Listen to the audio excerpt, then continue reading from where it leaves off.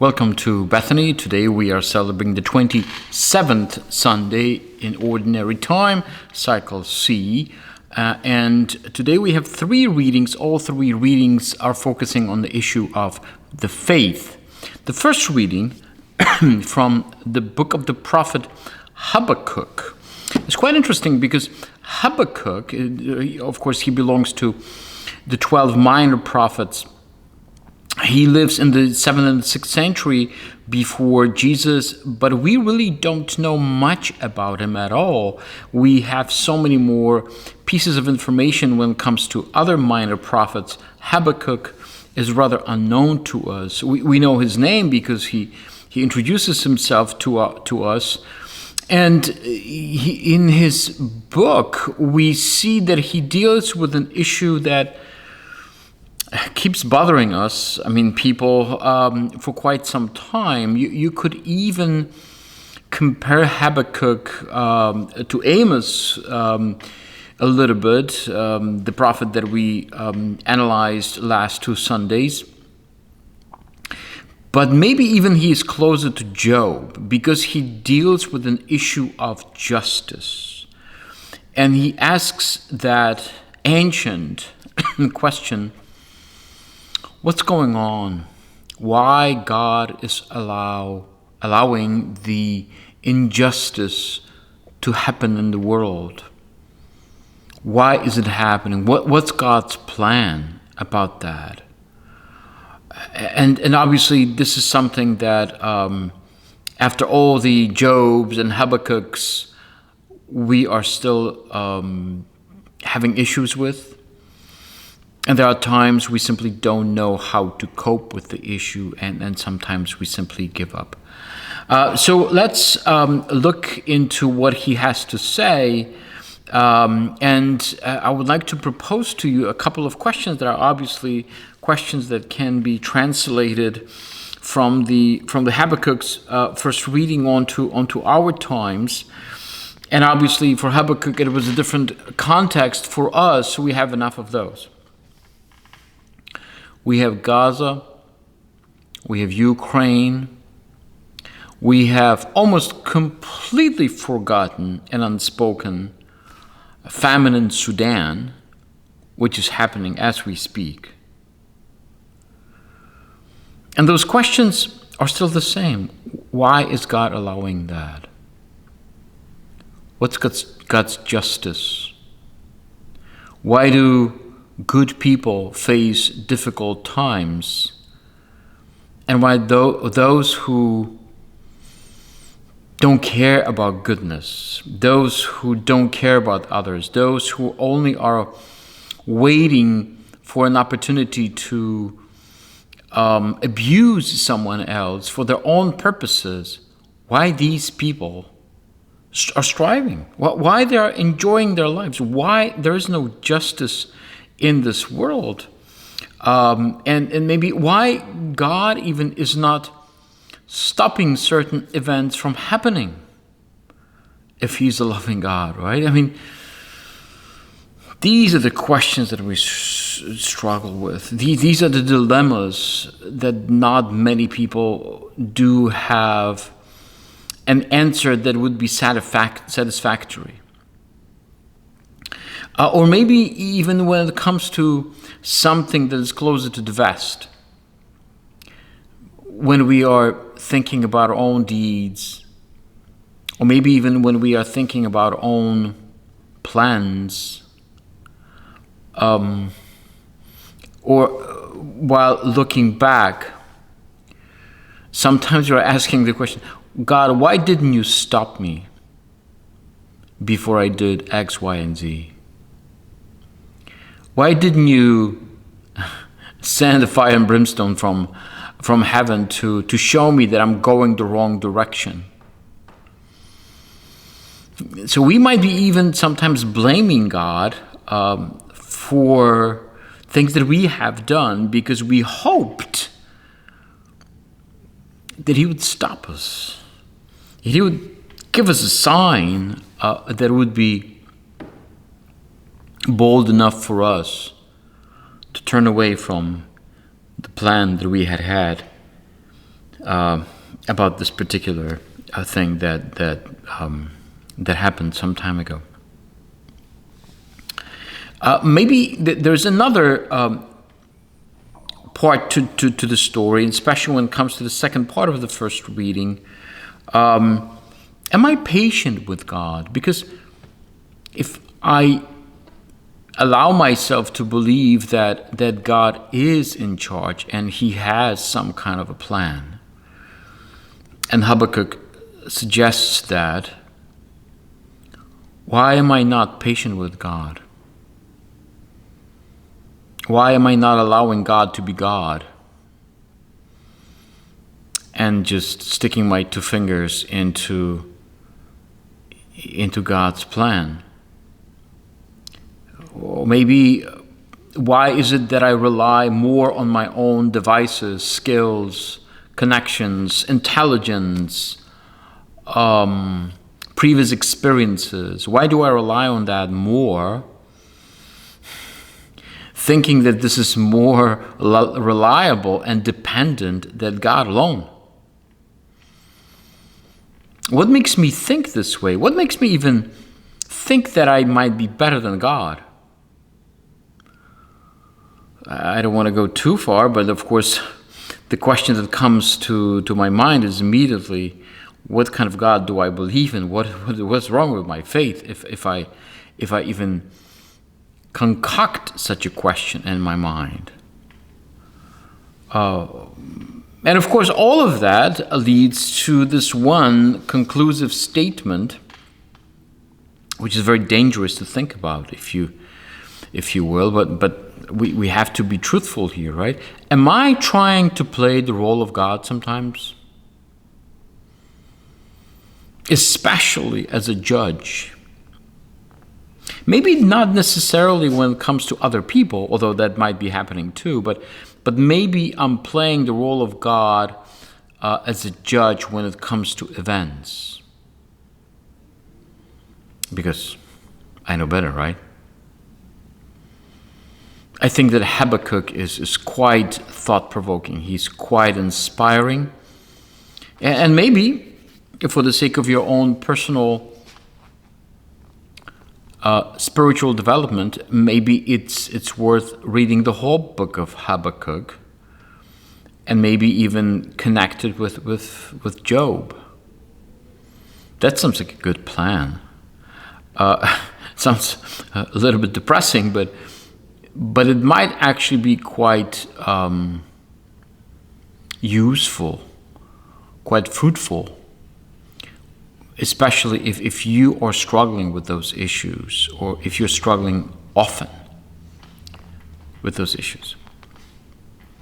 So that's the first reading. Moving to the second reading, from this time the second letter of Paul to Timothy. Obviously, again, I'm repeating that, and you may go back to our previous Bethany's. Paul is writing this letter to Timothy and Titus. Actually, those letters, 1 Timothy, 2 Timothy, and Titus, they were pastors, so they are not a particular community, such as Romans, Corinthians, Ephesians, and so on and so forth. These are particular people. And you may see that the second letter to Timothy is a little bit more personal as compared to the first one. And we have to, of course, highlight the fact that Paul is in prison. And that maybe that's why we see that more clearly in terms of the text of that letter to Timothy. And here is a couple of questions that at least I was able to select based on the second reading. Have you ever experienced or seen other people that are completely fired up about their faith? I mean, sometimes when we see mass ending and people leaving the church, they don't seem to be particularly fired up about their faith. Sometimes they look more satisfied that they completed the Sunday obligation of attending a mass. But that is absolutely not the point, right? Because just simply checking off a box does not make it a very lively faith. It definitely doesn't inspire anyone. So have you ever seen someone that, for a change, or as a contrary, really was fired up about his or her faith? Or maybe, because why does it have to be someone else, right? Maybe you've experienced, maybe a long time ago, maybe in your youth, maybe you've experienced a moment in your life that you really felt God close, that really moved you towards something. It was very explicit. It was very direct. It was very profound. When did it happen? What caused that? Or maybe if we flip that idea, when it comes to your faith, what seems to be buckets of cold water that kind of chill it out, that kind of freeze it, that kind of stop whatever idea of a lively faith, dynamic faith you might have, you might experience, you might even transmit onto others. Another direct question. Have you ever experienced, or at least noticed that, or acknowledged that, at least internally, that when it comes to your faith, you were a coward? That you chickened out, as they say. That you bit your tongue, that you decided not to move forward, maybe not to say something, or more importantly, even do something. But let's look at this issue also from a larger context. How much strength do you find in God or in relationship with God? Or maybe you're finding yourself that you are saying prayers to God as if it was some kind of a one-way street. And maybe it makes you feel good because you did it, but you don't really feel much strength coming from that. Maybe because it's not a relationship. And now more practical, do you have anything in your life that would be your faith mentor? Have you had anyone like this before? Or sometimes we call these people a little bit more officially a spiritual director. Would you consider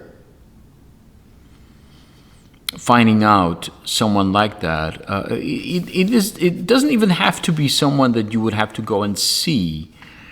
There's quite a few interesting people, even on YouTube, that either preach something really important or have series of podcasts or however they do that, that you might find it inspiring, you might find it refreshing, you might find it enlightening, you might find it I don't know, firing up your faith.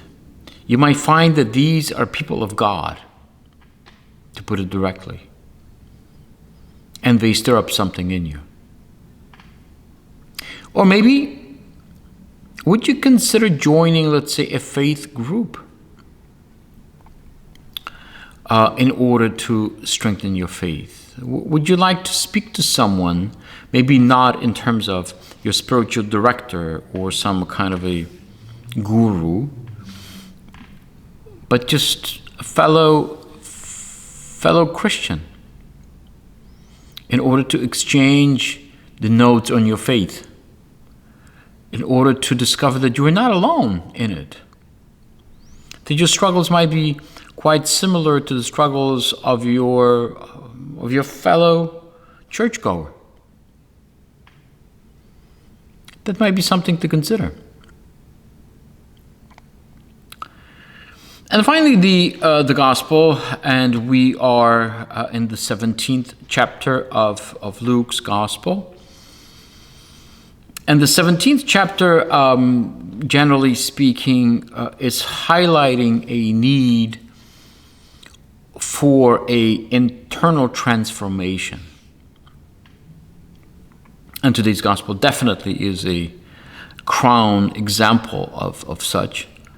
And we find, at least in the first part of today's gospel, that issue, or this contrast between mulberry tree, also known as black mulberry tree, and mustard seed. Now, mulberry trees were very sizable, and even more interestingly, the root system was extremely powerful because it was spreading roots in all the directions. And if you ever had, maybe in your backyard, or if you ever tried to get rid of a tree with all its roots, you know how difficult it is. So what we sometimes do is we just cut the visible part of that, and maybe we just cut a little bit into the root system, and then we cover it with dirt, because to follow all those roots in all those different directions, it's almost impossible, and it takes quite an effort.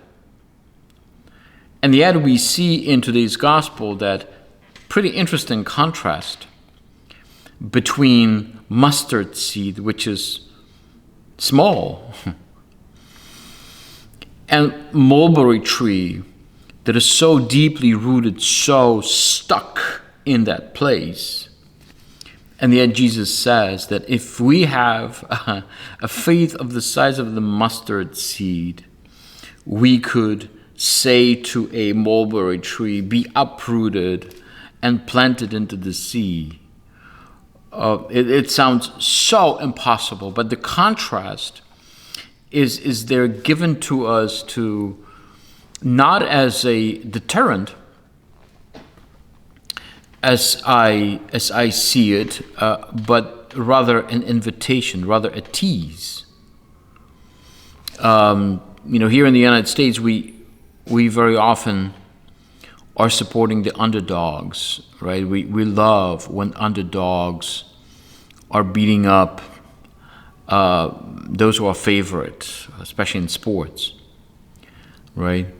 And we are so happy when it happens, that it's a great story, that a little tiny competitor, whether individually or team-wise, is able to beat up the most experienced, the richest ones, and so on and so forth.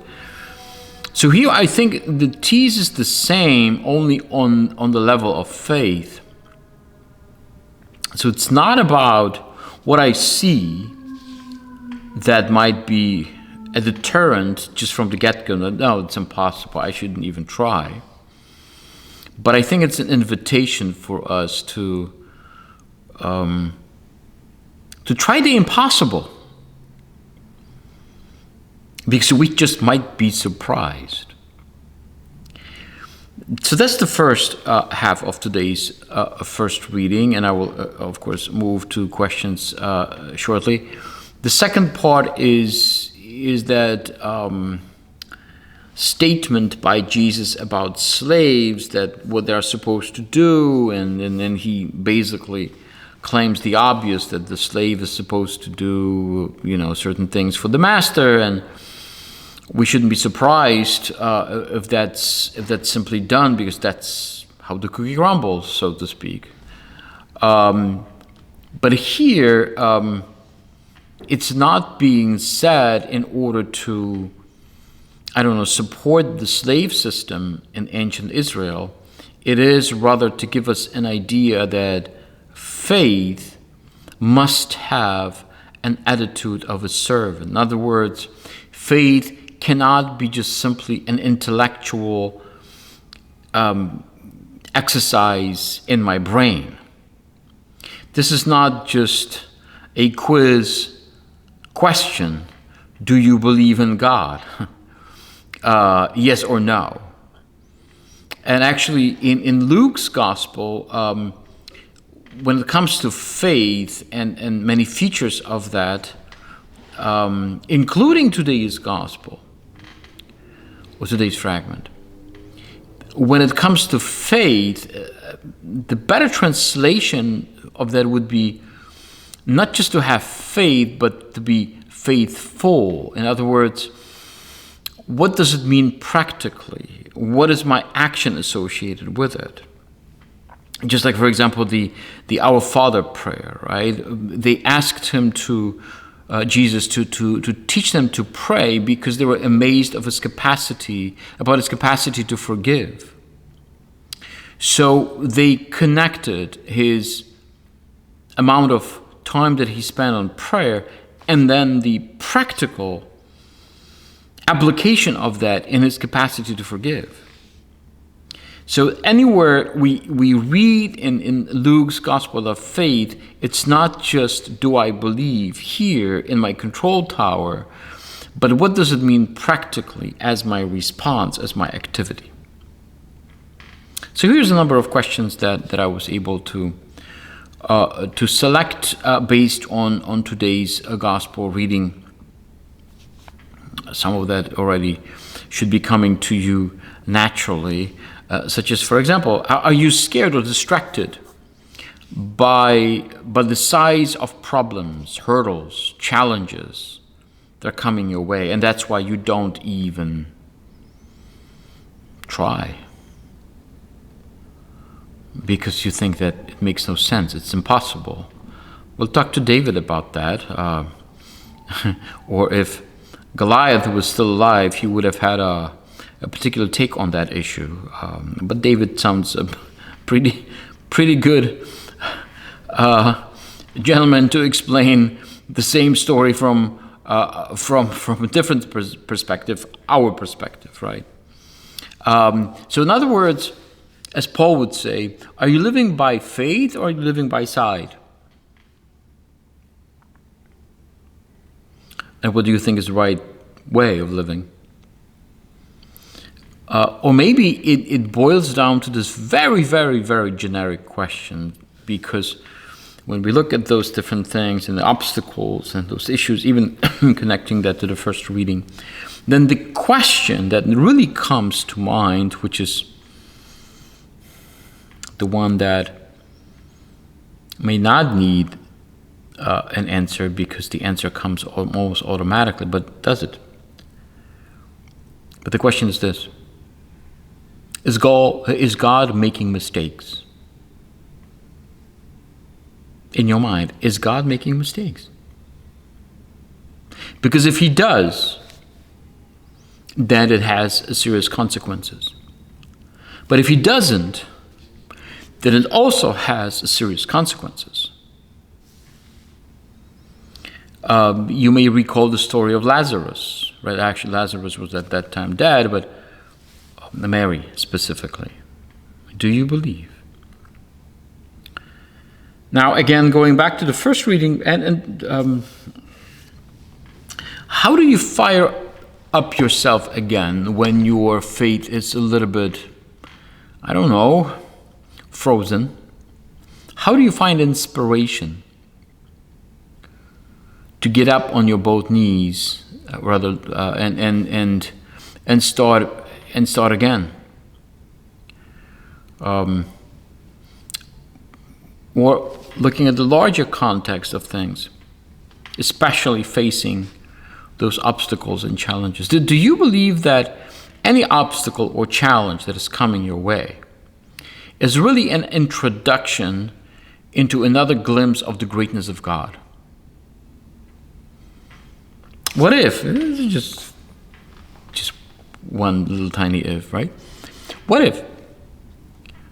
Whatever obstacle that is coming my way, was an introduction or invitation, like, you really want to see the greatness of God? Pick it up, right? Don't shy away. Don't run away. Don't fear it. Go for it. Right? If you really want to see the greatness of God, that's your perfect opportunity. I know that everybody would be thinking that you are absolutely crazy. Just like that's what they were thinking about David. I don't have to explain to you what happened to Goliath. Or maybe going to the second part of that gospel, which focuses on this issue of the slave and the master. Do you think that your faith should come with some kind of a sense of domination over other people, or some kind of a sense of entitlement? Because I have faith, I'm entitled to blah, blah, blah. Because I have faith as something that is internally in me. So that should automatically open certain doors, if that was ever the case. Or more practically, when it comes to your service of any kind, right?